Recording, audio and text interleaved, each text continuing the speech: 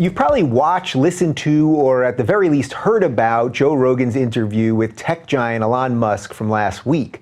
Joe and Elon had a wide-ranging discussion for 2.5 hours about evolution, technology, markets, simulation theory, and much more.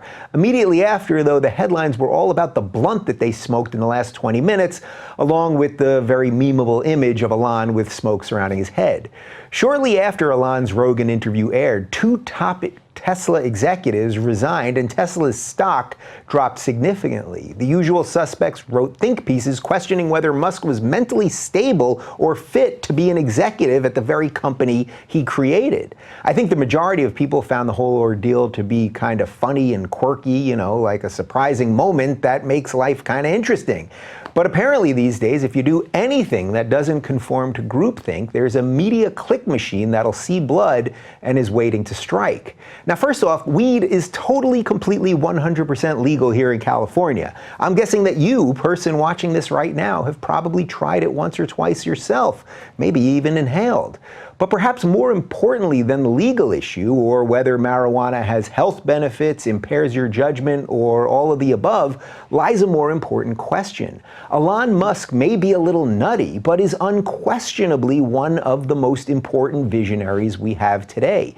Beyond Tesla, his electric car company, which has revolutionized the automobile industry, he's also the founder and CEO of SpaceX, which is sending rockets beyond Earth's orbit and will most likely make life on Mars a reality within our lifetime.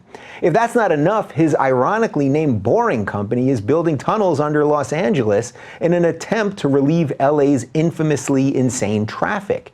In short, Elon isn't just changing the world for the better, he's creating the reality of a future that most people can only dream of. While the Elon marijuana memes were great, they overshadow the conversation with one of the few modern visionaries we have left. As Tesla employees step down or traders worry about Musk's behavior, perhaps it's just this adventurous attitude which allows Musk to solve problems while most people just complain. Think the automobile industry is moving on electric cars too slowly? Create Tesla. Think NASA isn't exploring space fast enough? Start SpaceX. While we all talk, a few people actually do. And for those who do, maybe being different isn't a flaw in the system, it's part of the design. Since when do we live in a time when our geniuses can't have idiosyncratic quirks or act out in ways that make them stand apart from the rest of us? Our inventors need the room to be different because that different way of thinking is where they find the spark that ignites their genius. With all this in mind, let's shift to the very company which put Elon on the map. He co-created PayPal alongside another misunderstood tech giant, Peter Thiel. Thiel, the guy on the left in this picture, is an entrepreneur, venture capitalist, philanthropist, author, and my guest on the Rubin Report this week. Perhaps even more than Musk, Thiel seems to be misunderstood by the media, which seems more interested in him as a caricature than as a person. Over the last 2 years, I've become friends with Peter through his friend and my friend and confidant, Eric Weinstein. I know Peter to be an open, decent, thoughtful, curious person, someone who privately is all of the things that the media says he is not, and that's the person I hope to introduce you to today. Beyond founding PayPal, Thiel was also the first outside investor in Facebook who turned $500,000 into considerably more than that.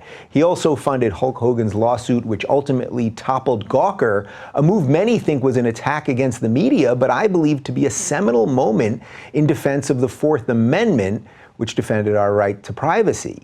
Peter has become the ultimate contrarian in the tech world of Silicon Valley, which has become stagnant and dull. When's the last time you were really excited about a new app for your phone? Remember when there was a new app every day that you just had to have? Those days seem to be long gone, and Peter sees a reason for it. He has long talked about the dangers of groupthink and faux diversity, two of the idea-destroying forces which have taken over the tech world. That's exactly why his recent move from Silicon Valley to Los Angeles has happened. Yeah, that's right. LA is suddenly becoming a home of free thought thanks to the creatively crushing progressive orthodoxy that has taken over Silicon Valley. We live in strange times indeed. Peter was also the person with the highest profile in the tech world to support Donald Trump for president, and even spoke at the Republican National Convention.